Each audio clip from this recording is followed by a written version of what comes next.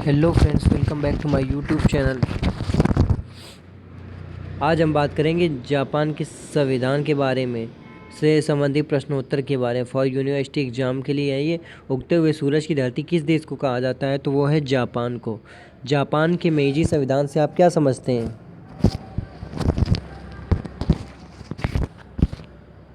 तो फिर जापान में 1889 ईस्वी में 76 धाराओं वाली मेइजी संविधान को लागू किया गया, जिसका स्पष्ट उद्देश्य उस वर्ग को की सत्ता को सुरक्षित करना था जिसने शोगुन सत्ता को समाप्ति की थी।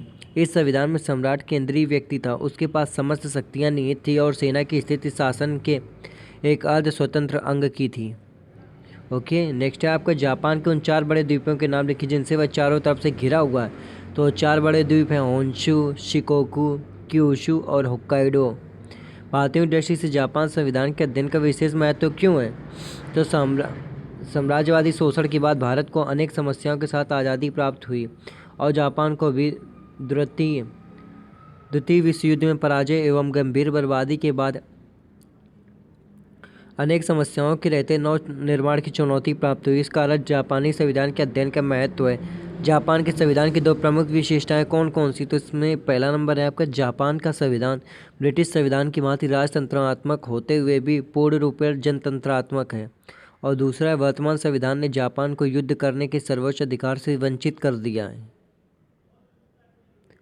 जापान की संसदीय व्यवस्था के 2 लक्षणों का उल्लेख कीजिए। तो इसमें उत्तर इसका 2 लक्षण पहला नंबर, जापान का समुदाय ब्रिटिश सम्राट की भांति ही कार्यपालिका का नाम मात्र का प्रधान है, वास्तविक शक्ति मंत्रिमंडल में निहित है। और दूसरा नंबर, मंत्रिमंडल का सामूहिक उत्तरदायित्व का पाया जाना। और एक नेक्स्ट क्वेश्चन है आपका, पश्चिमी देशों तथा एशिया में सर्वप्रथम संसदात्मक प्रशासन पद्धति अपनाने वाला पहला देश कौन सा था? तो उत्तर है इसका पश्चिमी देशों में सर्वप्रथम इंग्लैंड तथा एशिया में जापान सर्वप्रथम संसदात्मक शासन पद्धति अपनाने वाला देश था। जापान के संविधान में किसके नागरिकों को किन्हीं 2 कर्तव्यों का उल्लेख कीजिए। तो इसमें उत्तर है सभी व्यक्तियों द्वारा काम करने का कर्तव्य और दूसरा टैक्स चुकाना यानी कर।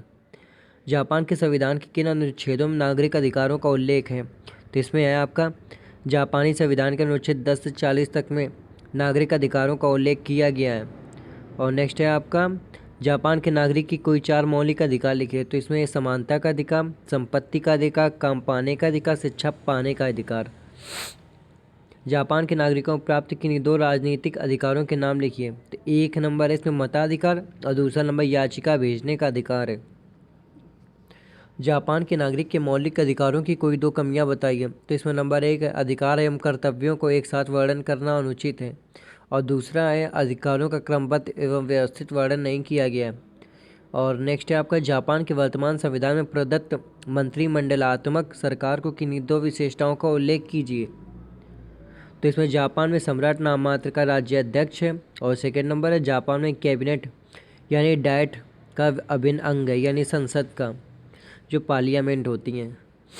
जापान में संविधान संशोधन संबंधी प्रस्ताव कब प्रस्तुत किए जा सकते हैं? तो इसमें जापान में संविधान संशोधन संबंधी कोई भी प्रस्ताव दोनों सदनों के कम से कम 2/3 सदस्यों के मत से डाइट में प्रस्तुत किया जा सकता है।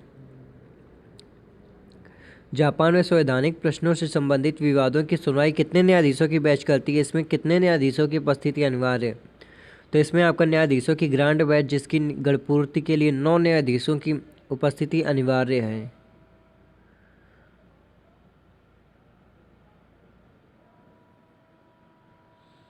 जापान के संविधान का दूसरा नाम क्या? इसे कब लागू किया गया? जापान के संविधान का दूसरा नाम सोवा संविधान भी है। इसे 3 मई 1947 को लागू किया गया था। जापान के संविधान में कुल कितने अध्याय तथा अनुच्छेद हैं? तो जापान के संविधान में 11 अध्याय और 103 अनुच्छेद हैं। जापान के संविधान में अनुच्छेद 9 का संबंध किससे है? तो इसमें जापानी संविधान का अनुच्छेद 9 युद्ध के परित्याग से संबंधित है। अनुच्छेद 9 के अनुसार न्याय और व्यवस्था पर आधारित अंतर्राष्ट्रीय शांति के लिए अच्छे हृदय से आकांक्षा रखते हुए जापान के लोग युद्ध को राष्ट्र की प्रभुता पर अधिकार के रूप में तथा शक्ति के प्रयोग अथवा धमकी को अंतर्राष्ट्रीय विवादों का निर्णय करने के साधन के रूप में त्यागते हैं। जापानी संविधान में युद्ध का परित्याग किया गया है, आखिर क्यों? तो उत्तर इसका जापान स्वयं युद्ध में 1945 में 2 नगरों हिरोशिमा व नागासाकी के ध्वस्त होने का दुष्परिणाम देख चुका है। तथा अमेरिकी राजनीतिक भी यही चाहते थे कि वे जिस देश के संविधान का निर्माण कर रहे हैं उसके द्वारा भविष्य में युद्ध का मार्ग न अपनाया जाए। इस कारण जापानी संविधान में युद्ध का परित्याग किया गया। जापान के सम्राट के उत्तराधिकारों के संबंध में क्या व्यवस्था की गई? तो जापान के सम्राट के उत्तराधिकार के संबंध में अनुच्छेद 2 के अनुसार सम्राट का पद वंश परंपरागत रखा गया तथा उसके उत्तराधिकार डायट द्वारा पारित साम्राज्यिक गृह कानून द्वारा निश्चित किया जाता है। जापान का संविधान कठोर संविधान है। स्पष्ट कीजिए। जापान के संविधान न केवल लिखित वरन एक कठोर संविधान है क्योंकि इसमें संवैधानिक संशोधन के लिए साधारण कानून निर्माण की प्रक्रिया से भिन्न विशेष प्रक्रिया की व्यवस्था की गई है। जापान के सम्राट की प्रमुख शक्तियों का उल्लेख कीजिए। जापान के सम्राट को संविधान की धारा 1 से 7 तक में प्रमुख शक्तियाँ, इसमें नंबर 1 है कार्यपालिका संबंधी शक्तियाँ, दूसरा विधायी शक्तियाँ, तीसरा नंबर न्यायिक शक्तियाँ, चौथा नंबर उपाधियाँ, समारोह तथा स्वागत संबंधी शक्तियाँ हैं। जापान के सम्राट के विधायी अधिकार बताइए। तो उसमें है संवैधानिक संशोधनों, विधियों, कैबिनेट के आदेशों व संधियों को की घोषणा करना, डाइट का अधिवेशन आमंत्रित करना, और नेक्स्ट है आपका प्रतिनिधि सदन को विघटित करना और डाइट के सदस्यों के सामान्य निर्वाचन की घोषणा करना। जापान में सम्राट पद को बनाए रखने के लिए कोई 3 कारण बताइए। तो नंबर 1 है ऐतिहासिक संस्था और जनता की श्रद्धा का केंद्र है। जापान की जनता की रूढ़िवादिता सम्राट की निरंतर सराहनीय भूमिका रही है। जापान में राजपद का क्या औचित्य है? कोई 2 कारण बताइए। तो इसमें जनता की श्रद्धा राष्ट्र की एकता का प्रतीक है। जापान के सम्राट की 2 कार्यपालिका शक्तियाँ लिखी हैं। तो इसमें 1 नंबर है डाइट के प्रस्ताव द्वारा अनुशंसित व्यक्ति को प्रधानमंत्री नियुक्त करना, सम्मान सूचक उपाधियाँ प्रदान करना। जापान एवं ब्रिटेन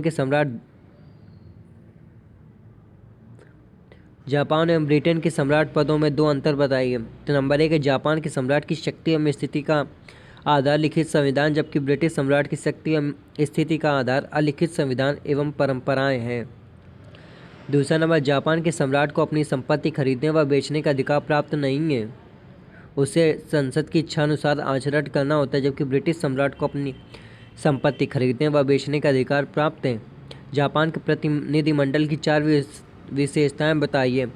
नंबर 1 विधायिका और कार्यपालिका के बीच घनिष्ठ संबंध, दूसरा नंबर मंत्रिमंडल का सामूहिक उत्तरदायित्व, तीसरा नंबर राजनीतिक सजातीयता और चौथा नंबर प्रधानमंत्री का नेतृत्व।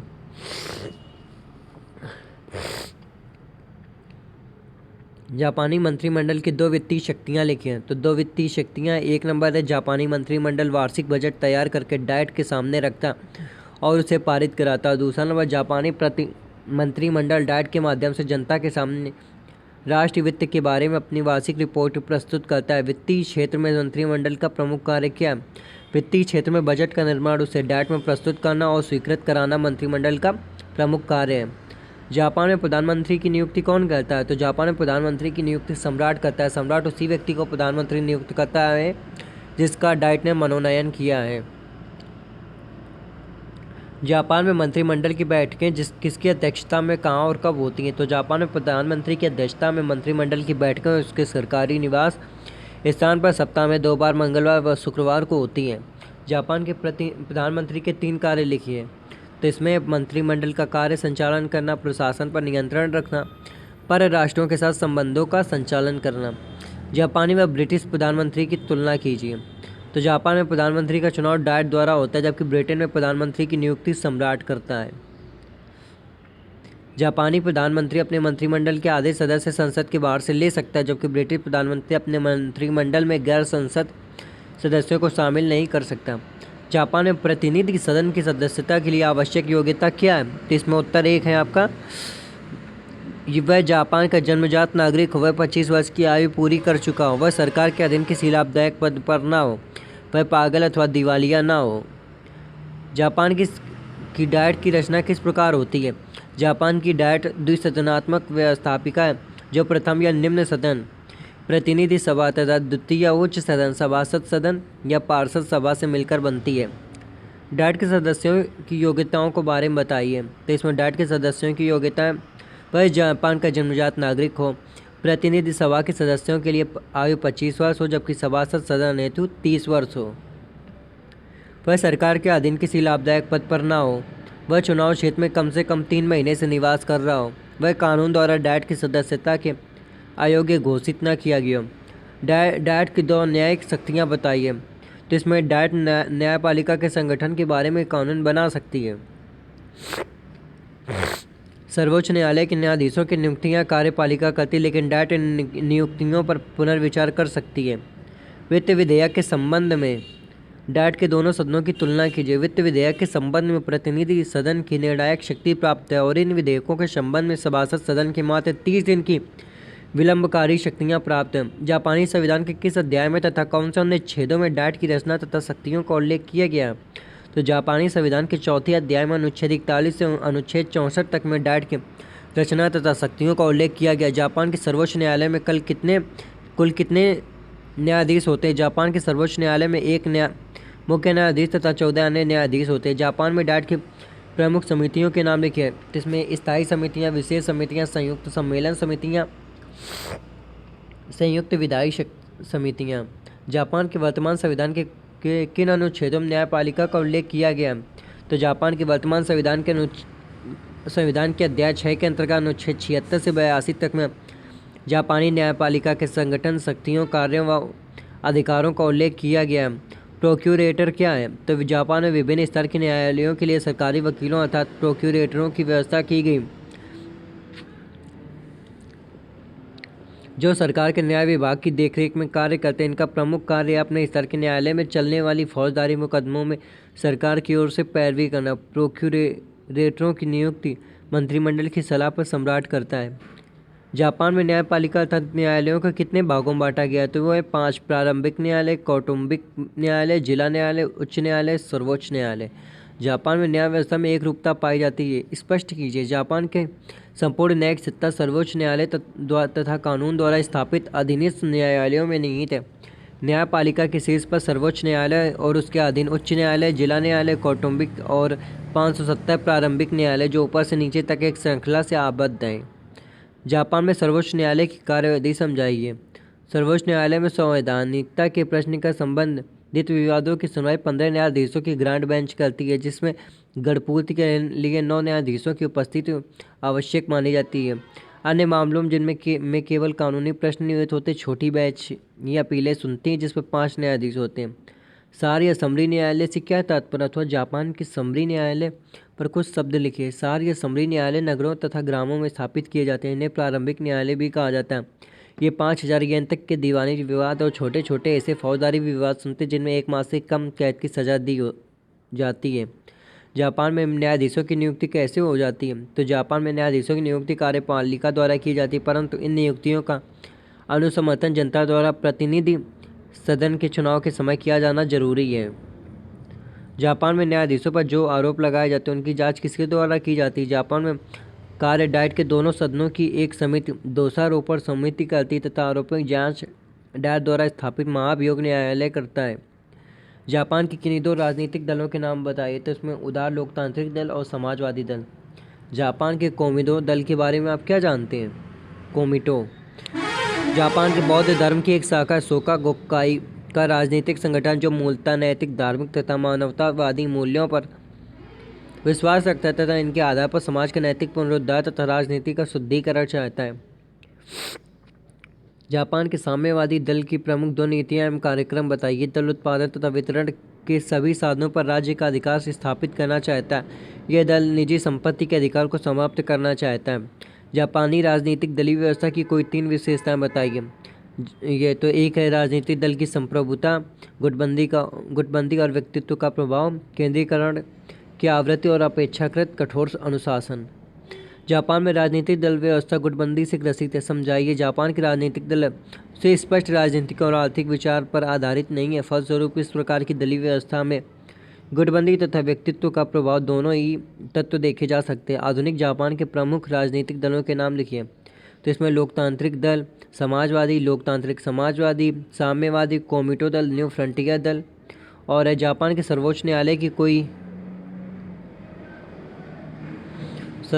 4 कार्य बताइए। तो इसमें मौलिक अधिकारों की रक्षा करना, नियम निर्माण की शक्तियाँ, संविधान के रक्षक की शक्ति तथा न्यायिक पर्यवेक्षण तथा प्रशासन संबंधी शक्तियाँ हैं। खुली न्यायिक कार्यवाही से क्या आशय है आपका? तो जापान में निष्पक्ष न्याय की दृष्टि से खुली न्यायिक कार्यवाही को उपयुक्त समझा जाता है। जापान के संविधान के अनुच्छेद 82 में यह व्यवस्था की गई कि मुकदमों की सुनवाई सार्वजनिक होगी और निर्णय खुलेआम दिए जाएंगे। Thank you very much.